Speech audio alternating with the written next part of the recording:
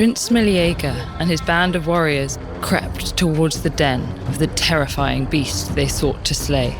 But unbeknownst to the prince and his followers, a dark secret loomed over his life.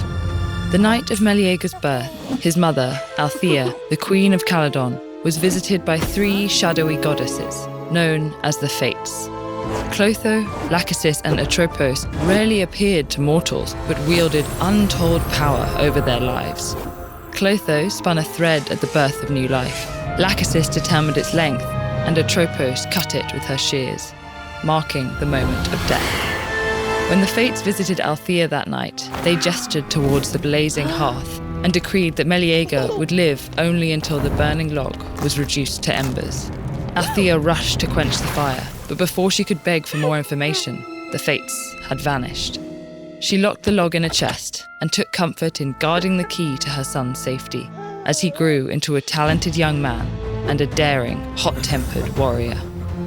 Meleager travelled far and accomplished impressive feats until soon a formidable opponent arrived at his doorstep.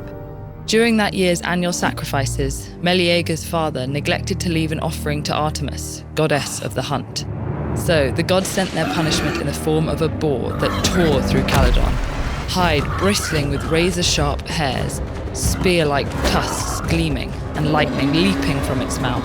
It had decimated the area's fields, herds, and people. Since there was no hope of defeating the boar alone, Althea's beloved brothers agreed to accompany their nephew on the hunt. Meleager hastily recruited Greece's best warriors to join them, including Castor, revered for his horsemanship, as well as his brother, Pollux, a fearsome fist-fighter.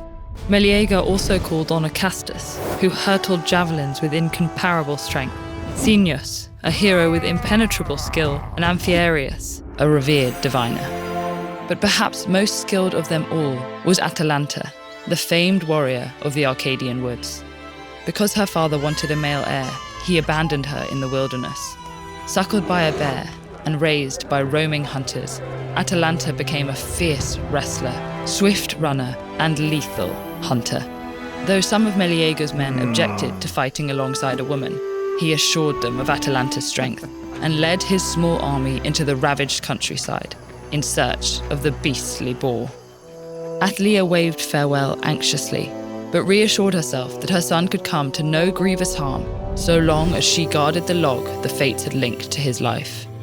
Hunting hounds led the party towards the boar's forest lair, where they cast large nets and lobbed weapons into the dark of the monster's den. Suddenly charging from its cave, the boar flattened trees and hunters in its path, then sharpened its tusks on the fallen oak to gore more of its enemies. Atalanta pinpointed a vulnerable spot behind the beast's ears and let fly one perfectly aimed arrow. With the beast weakened, Amphiaraus lodged another arrow in its eye, leaving Meleager to deal the final blow.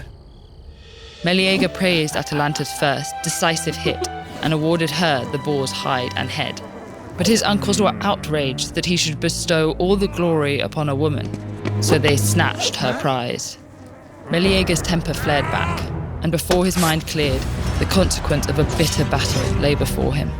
He had killed his uncles in his fit of rage.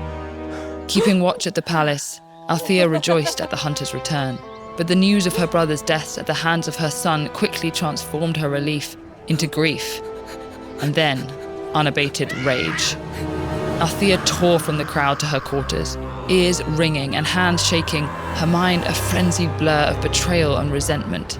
Althea fumbled for the hidden chest, shook its lock free, and pitched the log into the flames.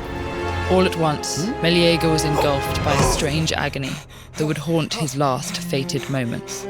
A destiny branded into his and his mother's lives, though neither could have foreseen the wicked turn it would take. Meleager is far from the first to be caught in the cruel hands of fate.